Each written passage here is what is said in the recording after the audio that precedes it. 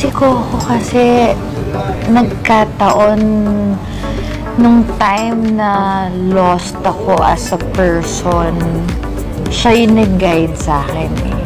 Siya yung answered prayer ko na Answered prayer. Ganito nga inilarawan ni Julia Montes si Coco Martin nang mag-guest siya sa vlog ni Miss Bernadette Sembrano. Hindi nga raw pumasok sa isip ni Julia Montes na magkakaroon siya ng non-showbiz relationship. Naniniwala raw siya na si Coco Martin ang ibinigay sa kanya ni Lord, lalong-lalo na si Coco ang nandoon nung mga panahong lost daw siya as a person. Panoorin nga po natin ang naging panayam na ito ni Miss Bernadette Sembrano kay Julia Montes.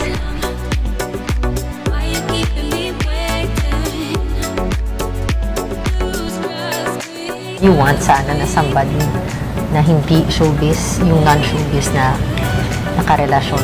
Actually, wala po sa isip ko. I'm the type of person na kung ano yung binigay sa akin ni Lord, naniniwala ako, binigay siya sa akin. Bakit kaya siya binigay ng Diyos sa'yo?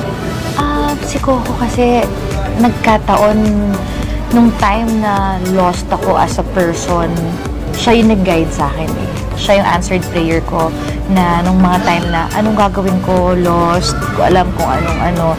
Tapos pinakita lang niya sa akin na siya din, been through all hardships, tapos basta keep the faith, and Nazarene devotee sila ni Lola. So parang na-realize ko lang na, oo nga no, basta wag ka lang give up and keep the faith. Yun yung isa sa pinagpipray ko na in-answer ni Lord through Coco.